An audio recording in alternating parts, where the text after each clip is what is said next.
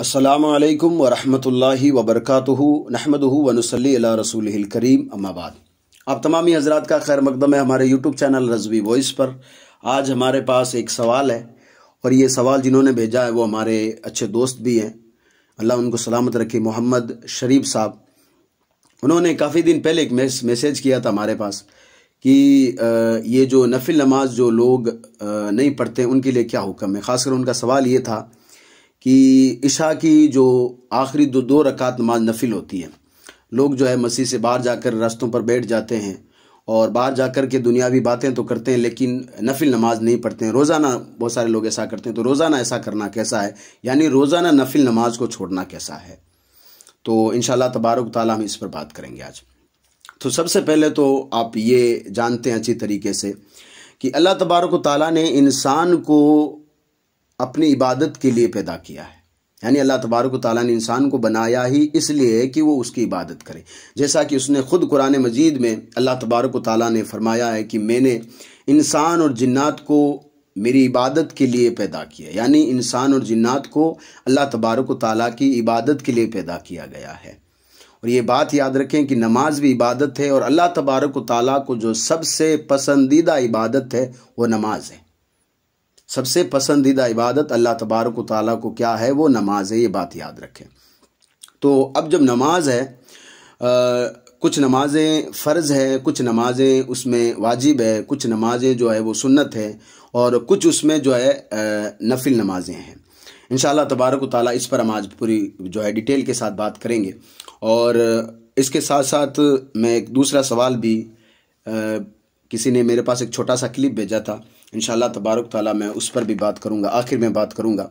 और उन साहब का नाम लेने की ज़रूरत नहीं है, पूरी दुनिया में इस वक्त वो फेमस है। वो जो है मतलब अपने इख्तलाफ की वजह से, पता नहीं उनके नज़दीक इख्तलाफ किस चीज़ को वो कहते हैं, अगर वो किसी के बारे में कुछ गलत बोल देते हैं तो फिर कहते हैं ये मेरा इख्तलाफ है। वो बेअदबी भी किसी की कर देते हैं, ये कहते हैं तो ये मेरा इख्तलाफ है। अगर वो जो है बद अखलाकी को अपना जो है मतलब इख्तलाफ कहते हैं, बेअदबी को वो इख्तलाफ कहते हैं, पता नहीं उनका इख्तलाफ क्या है, अल्लाह जाने। मुझे उनकी बहस में नहीं पढ़ना है।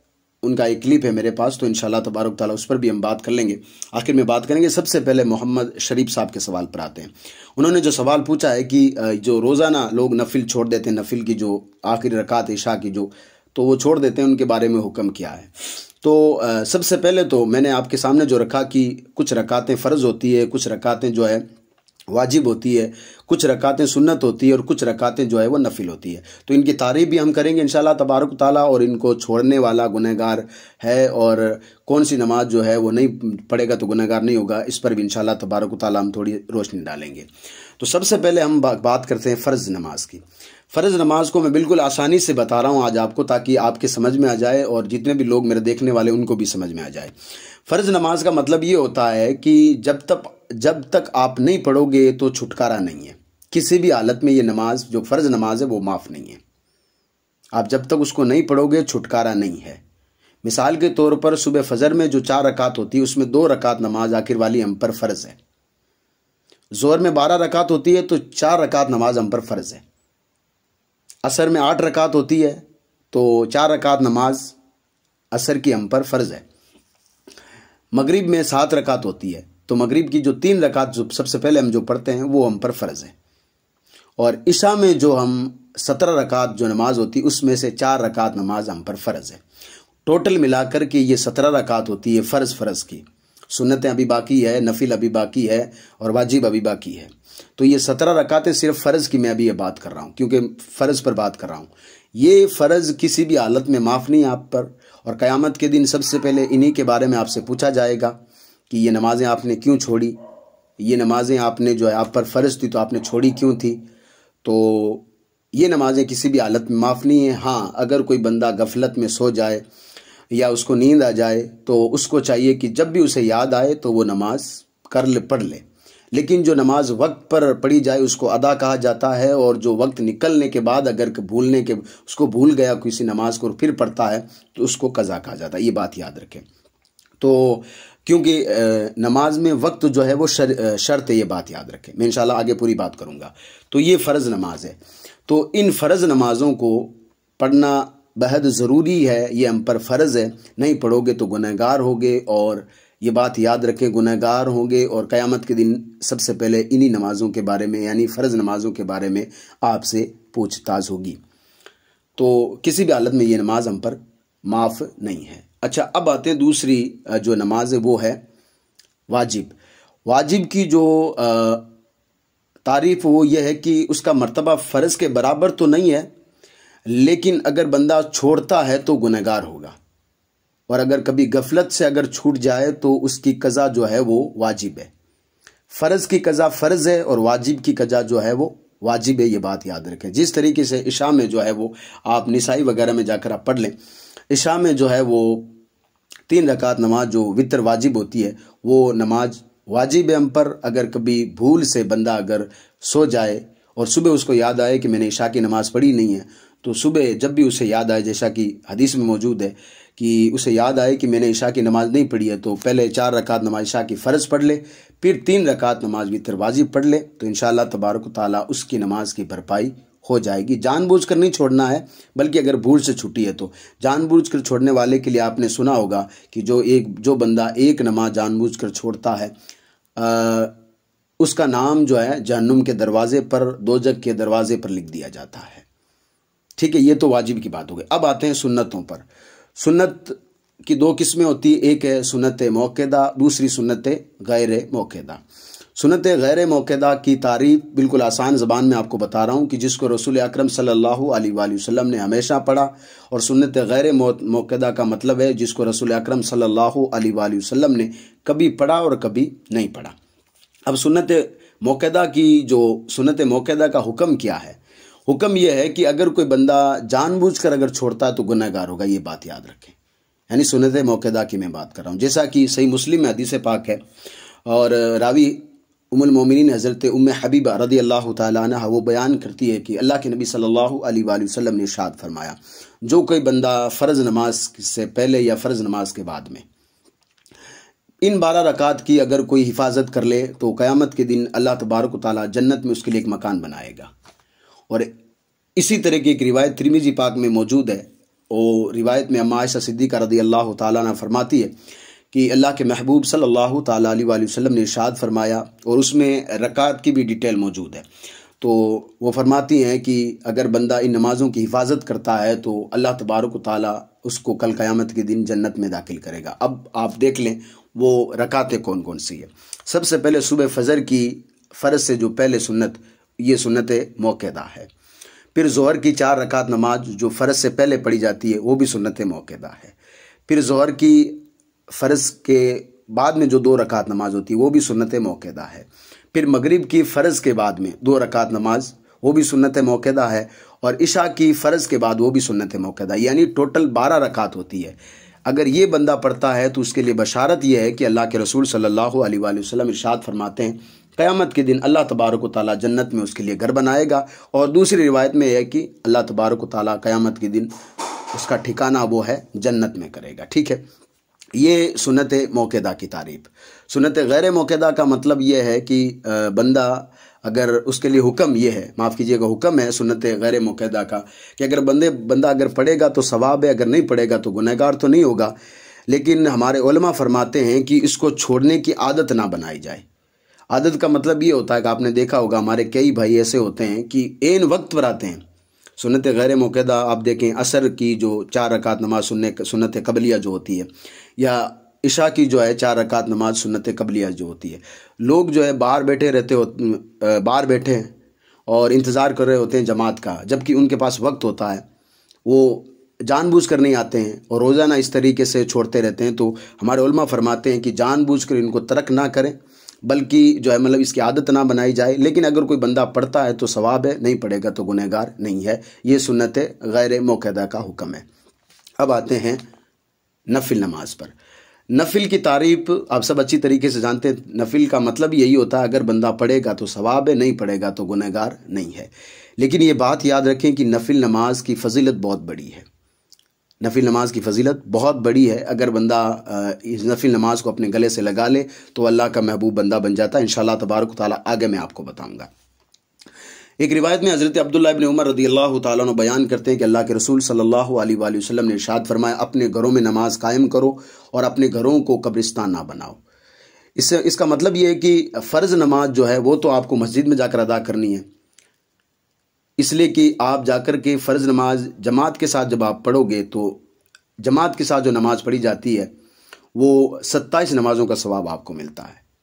तो फ़र्ज़ नमाज तो आपको मस्जिद में जाकर पढ़नी होती है और नफिल नमाज आप आकर के घरों में पढ़ें।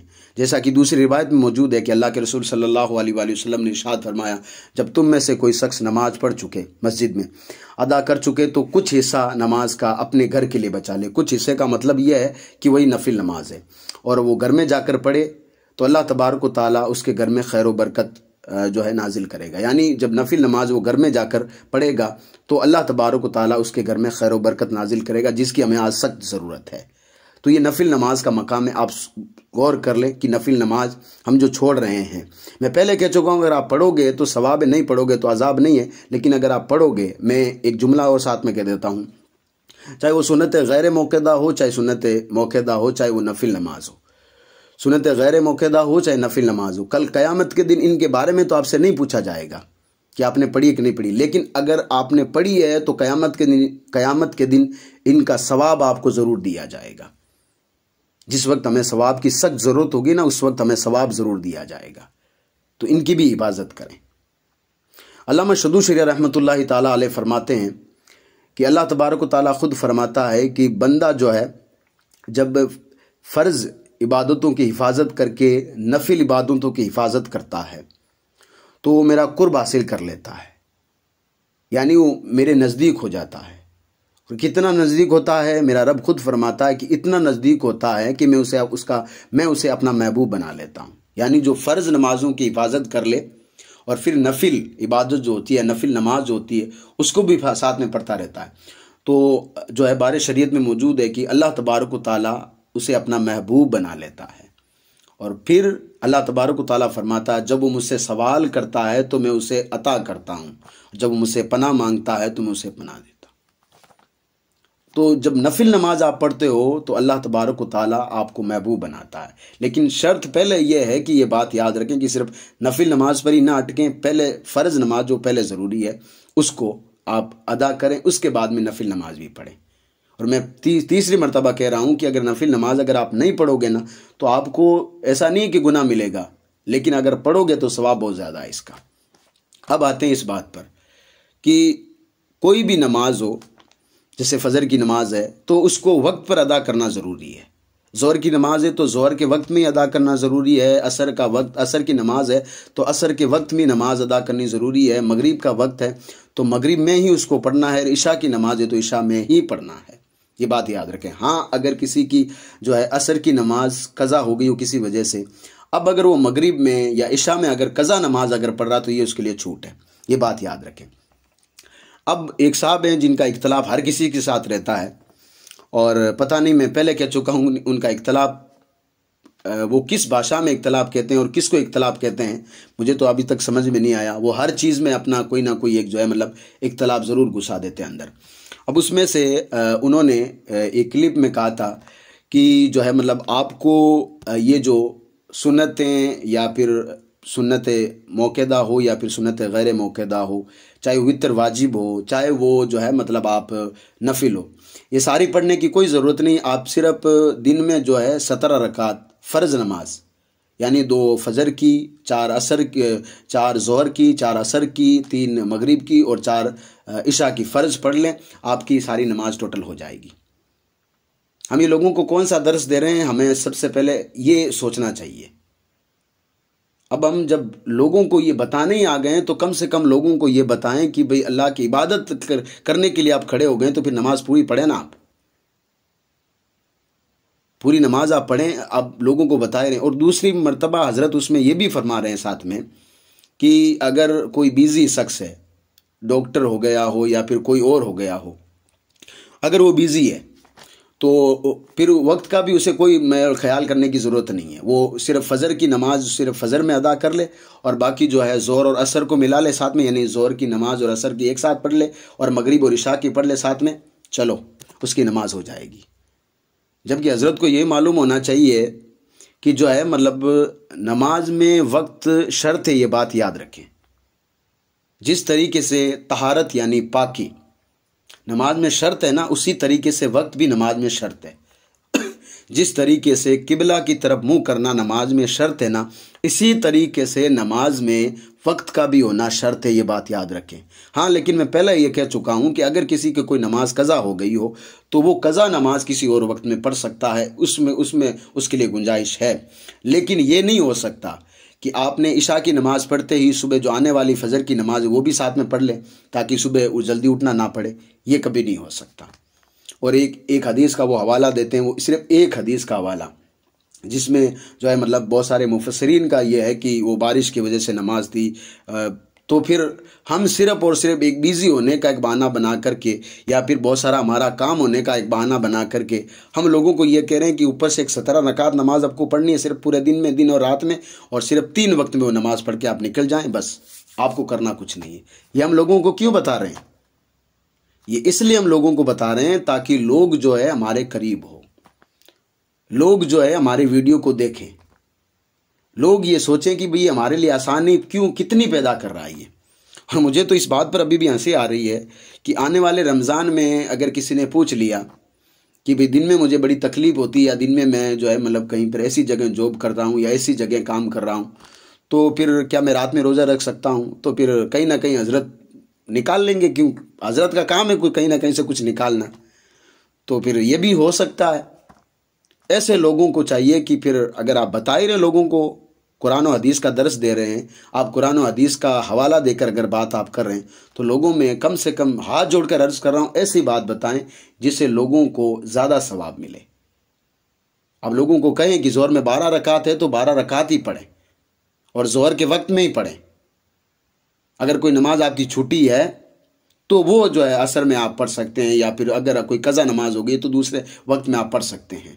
वरना अगर कोई कह रहा है ना कि मैं बिज़ी रहता हूँ वो रहता हूँ, तो एक बात हज़रत उनको ये भी कह देना साथ में कि आप सिर्फ अकेले बिज़ी नहीं है साहब, बहुत सारे लोग हैं जो कि बिज़ी रहते हैं और आपसे पहले भी आप दुनिया में, आप तो अब आए हैं दुनिया में, दुनिया कब से बनी है? इस्लाम से शुरू से रहा है, इस्लाम तो शुरू से रहा है ना, और नमाज शुरू से फ़र्ज़ रही है आका करीम सल्लल्लाहु अलैहि वसल्लम की उम्मत पर। तो बहुत सारे लोग बिज़ी होंगे, अब तक किसी ने ये मसला नहीं बताया, आज आप ये बता करके लोगों में, और वो भी एक ऐसे प्लेटफार्म पर, एक ऐसे जो है मतलब चैनल से जिस पर लोग सिर्फ हंसी मजाक से उस चैनल को देखते हैं। अब उसमें लोगों को पता चलेगा वाह यार कितनी आसानी से हज़रत ने जो है हमारे लिए एक मसला निकाल दिया। अब सिर्फ फजर की 2 रकात नमाज पढ़नी है, अब ज़ोहर में कोई मतलब नहीं है कि ज़ोहर का वक्त निकल रहा है या नहीं निकल रहा है, बस असर और ज़ोहर की नमाज एक साथ पढ़ कर निकल जाएंगे हम। 8 रकात पढ़नी है असर और ज़ोहर दोनों की मिला करके, और इशा की और मगरिब की यानी 7 मतलब 3 और 8 ये 4, ये यानी 3 मगरिब की और 4 इशा की। बाकी बस आप कुछ भी करते फिरें, आपको कोई रोक टोक नहीं है। तो मेहरबानी करके लोगों को अगर मसाइल भी बताएं, हालांकि मैं जो है किसी से जो है मुझे किसी से डिबेट भी नहीं करनी है, ना ही मुझे ऐसे मामले में फंसना है, क्योंकि मैंने देख लिया है कि हज़ारों लोगों ने उनको जवाब दिया है, कोई असर नहीं पड़ रहा किसी पर। ऐसा नहीं कि किसी ने जवाब सिर्फ अपने मुंह से दिया है, हज़ारों किताबों से लोगों ने जवाब दिया, हज़ारों किताबों से, बड़ी बड़ी किताबों से जवाब दिया, लेकिन क्योंकि हज़रत ने तो अपने कान में जो है वो मतलब रुई टुसा रखी है, तेल भर रखा है कि बात किसी की सुननी वैसे भी नहीं है, और हम आखिर में एक बात कहकर चले जाते हैं कि वक्त क़यामत तक का है, यानी मेरी बात का कोई जवाब दे दो, वक्त क़यामत तक का है। हालांकि जवाब आपको दूसरे दिन ही मिल जाता है, और आपको भी पता है कि जवाब दूसरे दिन आपको मिल गया है, लेकिन हम इसलिए नहीं मान रहे हैं कि ताकि लोग हमारे करीब कैसे हो, लोग हमारे करीब कैसे हो, लोग हमारी वीडियोस देखे कैसे, इसलिए जो है हम लोग जो है मतलब ये काम करते हैं। हम लोग ये अभी भूले हुए हैं कि कल क़यामत के दिन हमें अल्लाह तबारक व तआला की बारगाह में खड़ा होना है। हम लोग ये अभी भूले हुए हैं कि क़यामत ये जो है कब्र में जाकर के जो है हमें जवाब देना है। हम लोग अभी भी ये भूले हुए हैं कि हमें मरना है, हम भूले हुए हैं ये बात। अगर हमें ये बात याद रहती ना तो हम ये बात कभी नहीं करते। अगर हमें याद रहता ना हमें मौत आनी है तो हम लोगों को ये बताते सुबह फजर में 4 रकात नमाज है, चारों रकात आपको पढ़नी है। जोहर में 12 रकात है, 12 रकात पढ़नी है, वो भी जोहर के वक्त में पढ़नी है साहब। ऐसा नहीं है कि मतलब दोनों वक्त को साथ में मिलाकर पढ़ लें। तो शरीफ साहब के सवाल का जवाब यह है कि किसी भी नमाज को जो है मतलब आप छोड़ें नहीं, बल्कि पाबंदी के साथ पढ़ें। अल्लाह तबारक ताला इंशाअल्लाह तबारक ताला आपको जो है मतलब बहुत ज़्यादा सवाब अता करेगा। और दूसरे भाई ने जिन्होंने मेरे पास छोटा सा जो क्लिप भेजा था, उनके लिए जवाब ये है, सुनना ही है आपको, तो उसका जवाब जो है, उनका जवाब जो है मतलब उलमाए कराम ने दे रखा है पूरी डिटेल के साथ, वो भी हवाले के साथ वो उन्होंने दिया है। आप जाकर उनको भी सुने, जाकर के ज़रूर देखें। तो हर नमाज की हिफाजत आप करें, कोई भी इबादत हो, कोई भी नेकी हो, हर नेकी की, हर इबादत की जो है आप हिफाजत करें। इंशाअल्लाह तबारक व तआला, अल्लाह तबारक व तआला हमें दुनिया में भी कामयाब करेगा और क़यामत में भी अल्लाह तबारक व तआला हमें कामयाब करेगा। अल्लाह तबारक व तआला अपने प्यारे हबीब सल्लल्लाहु तआला अलैहि वसल्लम के सदक़े जहाँ कहीं भी हम रहते हैं, अल्लाह तबारक व तआला हमारी हिफाजत फरमाए और अल्लाह तबारक व तआला हम सबको सलामत रखे। मिलते हैं एक नई वीडियो के